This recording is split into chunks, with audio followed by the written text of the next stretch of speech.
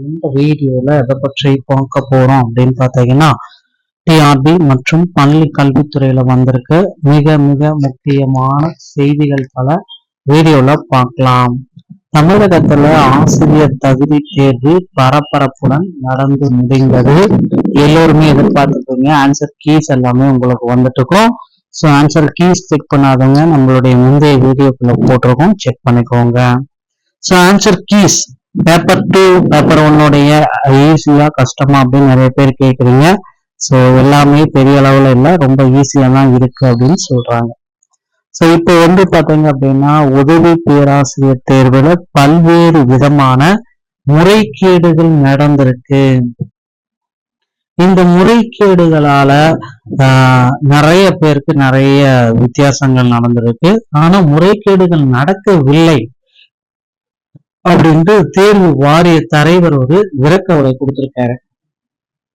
அரசு கலை அறிவியல் மற்றும் அரசு கல்வியியல் கல்லூரி உதவி பேராசிரியர்களுக்கான எழுத்து தேர்வு முடிவை ஜூன் 25ஆம் தேதி வெளியிட்டது. டிஆர்பி தேர்வில் குளறுபடியும் முறைகேடு நடந்திருப்பதாக புகார்கள் வந்திருக்கு. அதைத் தொடர்ந்து உதவி பேராசிரியர் முடிவை குறித்து விசாரணை நடத்த வேண்டும், உத்தரவிட்டால் தேவைப்பட்டால் தேர்வு முடிவை ரத்து செய்ய வேண்டும் என பல கட்சி அரசியல் தலைவர்கள் எல்லாமே கேட்டுக்கொண்டிருக்காங்க. உயர்கல்வி செயலருடன் சந்தித்து இதற்கிடையே ஆசிரியர் தேர்வு வாரியத்தின் தொடர்பாக சில முக்கிய முடிவுகள் எட்டப்பட்டு வருது. இதுல பாத்தீங்கன்னா ஆசிரியர் தேர்வு வாரிய தலைவர் ஜெயந்தின் உரையில என்ன சொல்றாருன்னா, செயலர் அருண்யாவை சந்தித்து விளக்கம் அளித்திருப்பதாகவும் தகவல்கள் வெளியாயிருக்கு. உயர்கல்வித்துறை அரசாணையின்படியே தேர்வு முடிவுகள் வெளியிடப்படவும் தேர்வில் எந்த விதமான முறைகேடும் நடக்கவில்லை என்று அரசிடம் ஆசிரியர் தேர்வு வாரியம் விளக்கம் அளித்துள்ளதாக டிஆர்பி வட்டாரங்கள் நமக்கு தெரிவிச்சிட்டு இருக்குங்க. ஸோ இதுதான் அவங்க கொடுத்துருக்கு இந்த மாதிரி ஒரு அப்டேட். எந்த விதமான முறைகேடும் நடக்கல, ஆனா நடந்திருக்கு அப்படின்றது எல்லாருக்குமே தெரியும். நடக்கலன்ட்டு ஒரு ஸ்டேட்மெண்ட் கொடுத்துருக்காங்க. அடுத்து பாத்தீங்கன்னா ஊக்க ஊதியம் பெறும் ஆசிரியர்களின் திறனை மதிப்பீடு செய்ய புதிய உத்தரவு போயிட்டு இருக்குங்க. ஸோ ஊக்க உதவியை தொடர்ந்து பெறும் ஆசிரியர்கள் தங்கள் பெற்ற கூடுதல் அறிவு திறன்களை கற்பித்தலின் போது மாணவர்களுக்கு பணியளிக்கும் வகையில் பயன்படுத்துகின்றனா என்பதை அவ்வப்போது மதிப்பீடு செய்வதற்கான நடைமுறையை தமிழக அரசு வகிக்க வேண்டும் என மதுரை கிளை நீதிமன்றம் ஒரு உத்தரவு பிறப்பிச்சிருக்கு. மதுரை மாவட்டம் கொட்டாம்பட்டி அருகே குன்னாரம்பட்டி ஊராட்சி ஒன்றிய நடுநிலைப்பள்ளி இதில் ரவிச்சந்திரன் தாக்கல் செய்த மனுவில் 1999 இடைநிலை ஆசிரியராக பணியில் சேர்ந்தேன். MAB தேர்ச்சி அடைந்த இதற்கிடையே 2013 முதல் எனக்கு ஊதிய ஊக்கம் உயர்வு என்பது குறைக்கப்பட்டிருக்கிறது.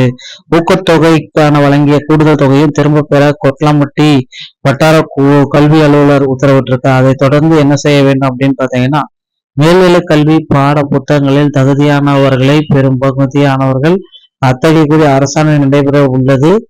முந்தைய நடவடிக்கைகள் மூலம் மனுதாரருக்கு ஏற்கனவே வழங்கிய சலுகையை முன்தேதியிட்டு பறிக்கவே முடியாது.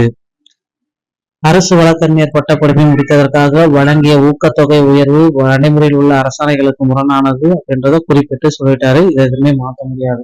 இந்த அடுத்து பாத்தீங்கன்னா ஊதிய உயர்வை தொடர்ந்து பெறும் ஆசிரியர்கள் பெற்ற கூடுதல் திறனை பணியின் பொழுது மாணவர்களுக்கு பயனளிக்கும் வகையில் பயன்படுத்துகின்றனா, இதுதான் ரொம்ப கேள்வியா இருக்கு. ஸோ இதற்கு பாத்தீங்கன்னா உயர்கல்வி செயலர் பாத்தீங்கன்னா ஒரு சில முக்கியமான முடிவெடுப்பாரு அப்படின்றத நம்ம எதிர்பார்க்கலாம். இடைநிலை ஆசிரியர்களுடைய மாவட்டம் மற்றும் மாவட்டத்துடைய கலந்தாய் மாத்திருக்காங்க. திங்கட்கிழமை 6/7/2026 காலை 9 மணி முதல் GT second general Tamil English வரிசையின் முதல்ல 1000 வரை விண்ணப்பதாரர்களுக்கு வட்டார கல்வி அலுவலகம் மூலம் தகவல் அளித்து வரவழைக்கவும் மற்ற அனைத்து மொழிகளிலும் அனைத்து விவரங்களிலும் திங்கள் அன்றி நடைபெறும்.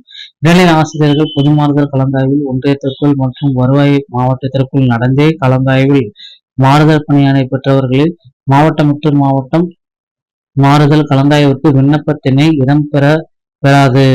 ஸோ இதுல பாத்தீங்கன்னா தவறுதல் இருக்கும் ஒரு நிச்சயத்துல அவர்கள் மீது கண்டிப்பாக அனுமதி இல்லாம தக்க நடவடிக்கையும் எடுக்கப்படும் அப்படின்றது குறிப்பிட்டு சொல்லிட்டாருங்க.